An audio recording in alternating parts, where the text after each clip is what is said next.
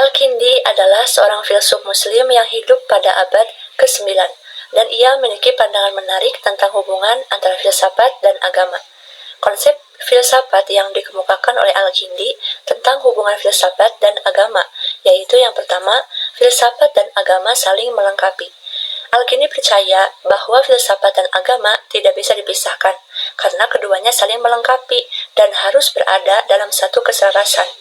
Dan Al-Kindi juga berpendapat bahwa ajaran agama harus sesuai dengan pemikiran logis dan rasional.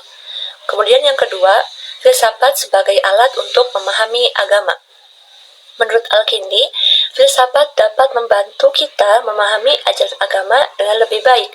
Dengan berpikir secara filosofis, kita bisa menggali makna lebih dalam dari ajaran-ajaran agama.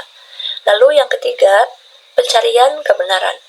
Di sini Al-Kindi menekankan bahwa tujuan dari filsafat sendiri yaitu mencari kebenaran.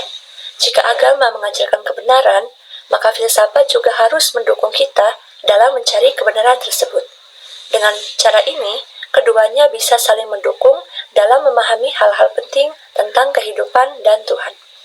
Lalu yang keempat, menggunakan akal dalam agama.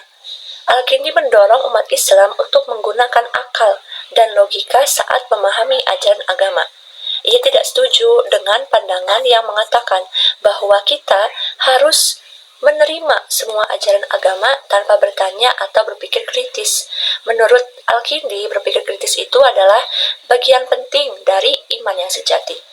Nah, Al-Kindi melihat filsafat sebagai cara untuk memperdalam pemahaman kita tentang agama.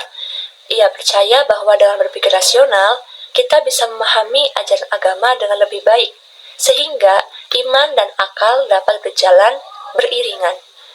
Pandangannya juga mengajak kita untuk tidak hanya menerima ajaran agama begitu saja, tetapi juga aktif dalam mencari kebenaran melalui pemikiran.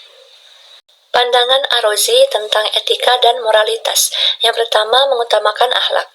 Ar-Razi percaya bahwa kita harus menggunakan akal dan logika untuk menentukan apa yang baik dan buruk. Ia tidak setuju jika moralitas hanya didasarkan pada ajaran agama atau tradisi, karena menurut Ar-Razi kita bisa menilai tindakan kita dengan berpikir secara rasional. Lalu yang kedua, tujuan kebahagiaan. Ar-Razi menganggap bahwa tujuan dari etika adalah untuk mencapai kebahagiaan. Ia percaya bahwa tindakan yang baik adalah tindakan yang membawa manfaat dan kebahagiaan, baik untuk diri sendiri maupun untuk orang lain. Lalu moralitas yang universal. Ar-Razi juga berpendapat bahwa prinsip-prinsip moral harus berlaku untuk semua orang, tidak melihat agama atau budaya tertentu. Maka artinya, semua orang harus bisa setuju pada apa yang dianggap baik dan buruk, tanpa memandang latar belakang mereka. Adapun yang menjadi perbedaan dari filsafat moral Ar-Razi dengan filsafat moral lainnya terletak pada aspek tidak terikat pada agama. Nah, pada zaman Ar-Razi ini, banyak pemikir yang percaya bahwa moralitas berasal dari ajaran agama. Namun, Ar-Razi ini berbeda karena Ar-Razi lebih fokus pada penggunaan akal untuk menentukan moralitas, bukan hanya mengikuti aturan agama. Lalu aspek yang kedua itu praktis dan relevan. Ar-Razi ingin agar etika bisa diterapkan dalam kehidupan sehari-hari, karena ia percaya bahwa moralitas harus berguna dan bisa diimplementasikan dalam sehari-hari, bukan hanya sebagai teori yang sulit untuk dipahami. Dan yang terakhir, mendorong pemikiran mandiri. Ar-Razi juga mendorong orang untuk berpikir sendiri dan mempertanyakan nilai-nilai moral yang ada. Ar-Razi tidak setuju jika orang hanya mengikuti aturan tanpa berpikir. Ia ingin kita menilai tindakan kita berdasarkan pengalaman dan logika. Nah, fokus Ar-Razi ini agar kita menggunakan akal untuk memahami etika dan moralitas. Ia percaya bahwa moralitas harus membawa kebahagiaan, berlaku untuk semua orang, dan tidak hanya bergantung pada agama. Maka pendekatannya juga berbeda dari para filsuf lainnya. Al-Farabi memandang sebuah kota ideal atau yang beliau sebut dengan Al-Madinah Al-Fadilah sebagai sebuah komunitas yang dikelola dengan adil dan bertujuan mencapai kebahagiaan tertinggi bagi setiap anggotanya. Dalam pandangannya, kota ini dipimpin oleh seorang pemimpin yang bijaksana yang memiliki pemahaman mendalam tentang kebenaran dan keadilan dan yang mampu mengarahkan masyarakat menuju tujuan tersebut. Adapun ciri utama kota ideal menurut Al-Farabi, yang pertama, kepemimpinan yang bijaksana. Kota ideal itu dipimpin oleh seorang pemimpin yang tidak hanya berpengetahuan, tetapi juga memiliki sifat-sifat keutamaan. Nah, pemimpin ini mirip dengan konsep filsafat Plato tentang filosof raja yang ideal, yaitu seorang pemimpin yang memahami hukum alam dan kebenaran.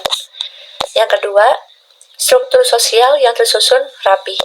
Kota ideal menurut Al-Farabi ini memiliki struktur sosial yang harmonis, dan setiap individu memiliki peran yang jelas. Masyarakat terbagi berdasarkan keahlian dan kapasitasnya, di mana setiap orang berkontribusi sesuai dengan kemampuan masing-masing. Yang ketiga, moralitas dan keadilan. Keadilan dan moralitas adalah fondasi dari kota ideal menurut Al-Farabi. Nah, Al-Farabi menekankan pentingnya pendidikan moral bagi semua anggota masyarakat, sehingga mereka dapat hidup selaras dengan nilai-nilai keutamaan. Dan ciri terakhir dari kota ideal yaitu kebahagiaan. Nah, kebahagiaan ini menjadi tujuan utama yang dikemukakan oleh Al-Farabi dalam kota ideal. Al-Farabi menghubungkan konsep kebahagiaan dengan tercapainya potensi manusia yang tertinggi. Menurutnya, kebahagiaan sejati bukan hanya sekedar kenikmatan fisik, melainkan kepuasan intelektual dan spiritual. Maka dari itu, kota ideal menurut Al-Farabi ini tidak hanya sekedar tatanan politik, tetapi juga mencakup aspek-aspek moral, intelektual, dan spiritual dari kehidupan manusia.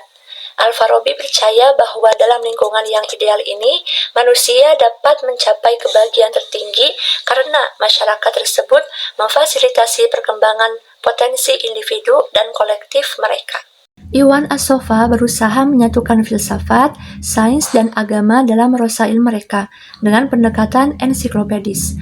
Mereka menggabungkan berbagai disiplin ilmu dari tradisi Yunani, India, Persia, dan Islam. Mereka menggunakan simbolisme dan alegori untuk menjelaskan konsep-konsep yang kompleks, serta percaya bahwa akal dan wahyu agama saling melengkapi dalam memahami kebenaran. Menurut mereka, ilmu pengetahuan memiliki hierarki dari yang bersifat material hingga spiritual. Nah, dengan akal sebagai alat utama untuk mencapai pemahaman tentang alam semesta dan Tuhan. Akhirnya, tujuan mereka adalah mencapai kebenaran yang menyeluruh, yang menghubungkan pengetahuan intelektual dengan pemahaman spiritual dan moral. Teori emanasi Ibnu Sina adalah konsep yang menjelaskan bagaimana Tuhan sebagai wujud mutlak menciptakan alam semesta secara bertingkat-tingkat, tanpa langsung menciptakan bentuk-bentuk fisik. Menurut Ibnu Sina, alam semesta muncul melalui proses emanasi bertahap, dimulai dari Tuhan yang memancarkan akal pertama, kemudian akal kedua, dan seterusnya hingga tercipta dunia fisik. Nah, konsep ini mempengaruhi pandangan ontologisnya, di mana Ibnu Sina memandang bahwa Tuhan sebagai sumber utama. Tuhan adalah wujud mutlak yang menciptakan tanpa perubahan atau interaksi langsung dengan dunia fisik. Tuhan adalah sumber segala keberadaan, namun tidak langsung terlibat dalam perubahan yang terjadi di dunia material. Yang kedua, alam semesta sebagai hierarki. Setiap tingkat emanasi membentuk struktur hierarki, dari yang paling tinggi hingga ke alam material. Pandangan ini menciptakan pemahaman bahwa dunia fisik adalah hasil akhir dari proses emanasi yang bertingkat. Dan yang ketiga, hubungan antara Tuhan dan makhluk. Konsep emanasi menegaskan bahwa setiap keberadaan terhubung dengan Tuhan, namun tidak langsung. Keterhubungan ini bersifat spiritual dan rasional melalui akal-akal yang menjadi perantara antara Tuhan dan makhluk. Pandangan Ibnu Sina membuat Tuhan dianggap tak langsung terlibat dalam dunia material, tetapi tetap sebagai sebab utama yang tidak bergerak, menjadikan alam semesta sebagai pancaran dari keberadaannya yang mutlak.